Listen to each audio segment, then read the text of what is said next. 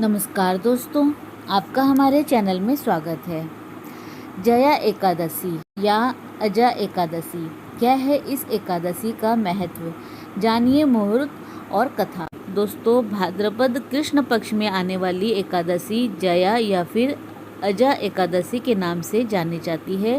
यह एकादशी भगवान श्री हरि विष्णु के पूजन के लिए जानी जाती है। महत्व: भाद्रपद मास की यह एकादशी अजा या फिर जया एकादशी के नाम से प्रचलित है। धार्मिक मान्यता के अनुसार इस व्रत को करने वाला व्यक्ति अंत में सभी सुखों को भोगकर अंत में भगवान विष्णु के लोक को जाता है। हिंदू धर्म में हर महीने में आने वाली कृष्ण एवं शुक्ल पक्ष की एकादशी तिथि का विशेष महत्व माना गया है। भाद्रपद कृष्ण पक्ष में आने वाली जया एकादशी समस्त पापों का नाश करने वाली तथा अश्वमेध यज्ञ का फल देने वाली है। इस व्रत में भगवान विष्णु के उपेंद्र स्वरूप की पूजा की जाती है। प्रकृति अथवा आदिशक्ति के अर्थ में अजा का प्रयोग होता है। अजा यानी कि जिसका जन्म ना हो। एकादशी व्रत में रात्रि जागरण की भी परंपरा है। इस दिन नारायण कवच, विष्णु सहस्त्र नाम का पाठ तथा दान और पितृ तर्पण करना चाहिए। इस दिन विधि विधान से पूजन के बाद व्रत कथा सुननी या फिर पढ़नी चाहिए। निराहार व्रत रखकर शाम को फलाहार करके अगले दिन ब्राह्मण को भोजन तथा दक्षिणा देने के बाद ही स्वयं को भोजन करना चाहिए। इस दिन व्रत करने वालों को सुबह सूर्योदय से पूर्व उठकर स्नान आदि से निवृत्त होकर साफ सुथरे वस्त्र धारण करके पूजा स्थल की साफ सफाई करने के बाद ही भगवान विष्णु और देवी लक्ष्मी का पूजन करना चाहिए। एकादशी के दिन व्रत करने से भगवान श्री हरि विष्णु प्रसन्न होते हैं और उनकी विशेष कृपा व्रत करने वालों पर बनी रहती है। एकादशी के दिन भगवान विष्णु का पूजन करने से घर में सुख समृद्धि आती है। शास्त्रों के अनुसार इस दिन चावल खाना भी वर्जित है। इस दिन पूर्णतया सात्विकता का पालन, ब्रह्मचर्य व्रत धारण करना चाहिए। इस दिन लहसुन, प्याज, मांस आदि नहीं खाना चाहिए। इस दिन झूठ नहीं बोलना चाहिए। चोरी, ठगी, द्वेष भाव जैसे बुरे कर्मों से बचकर रहना चाहिए और भगवान विष्णु का निरंतर ध्यान और उनके मंत्रों का जाप करते रहना चाहिए। अजा या जया एकादशी के पूजन का मुहूर्त। अजा एकादशी तिथि का प्रारंभ गुरुवार 2 सितंबर 2021 को सुबह 6:21 से शुरू होगी और शुक्रवार 3 सितंबर 2021 को सुबह 7:44 तक अजा एकादशी समाप्त होगी।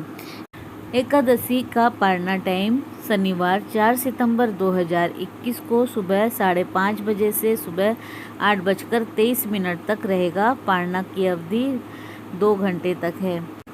अजा एकादशी की पौराणिक व्रत कथा, जिसको सुनने मात्र से अश्वमेध यज्ञ का फल प्राप्त होता है तथा पिछले जन्मों के पाप कर्म नष्ट होते हैं। जया एकादशी या अजा एकादशी की पौराणिक व्रत कथा। जब कुंती पुत्र युधिष्ठिर कहने लगे कि हे भगवान, भाद्रपद कृष्ण पक्ष की एकादशी का क्या नाम है, व्रत करने की विधि तथा इसका महात्म्य कृपा करके कहिए। मधुसूदन कहने लगे कि इस एकादशी का नाम अजा है। यह सब प्रकार के पापों का नाश करने वाली है।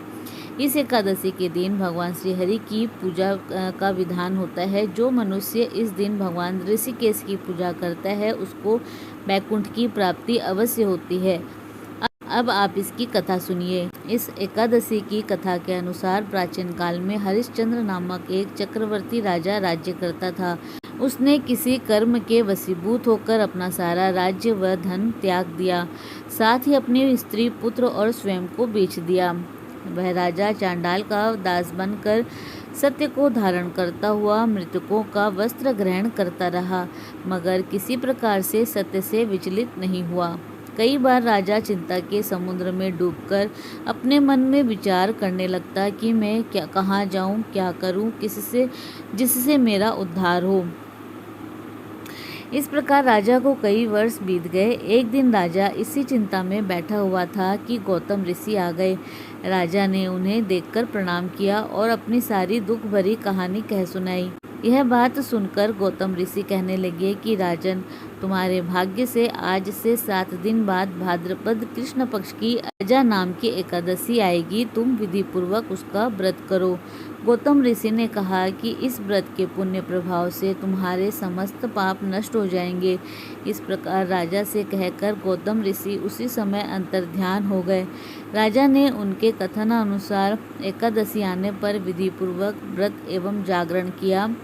उस व्रत के प्रभाव से राजा के समस्त पाप नष्ट हो गए। स्वर्ग से बाजे बजने लगे और पुष्पों की वर्षा होने लगी। उसने अपने मृतक पुत्र को जीवित और अपनी स्त्री को वस्त्र तथा आभूषणों से युक्त देखा। व्रत के प्रभाव से राजा को पुनः राज्य मिल गया।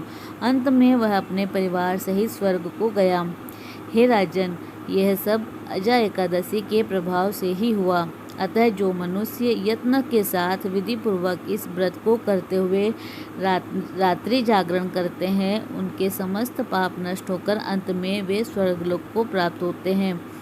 इस एकादशी की कथा के श्रवण मात्र से अश्वमेध यज्ञ का फल प्राप्त होता है। बोलो भगवान श्री हरि विष्णु की जय। दोस्तों, इसी प्रकार और भी रोचक जानकारी के लिए आप हमारे चैनल को लाइक शेयर व सब्सक्राइब करें। हमारे चैनल में विजिट करने के लिए धन्यवाद।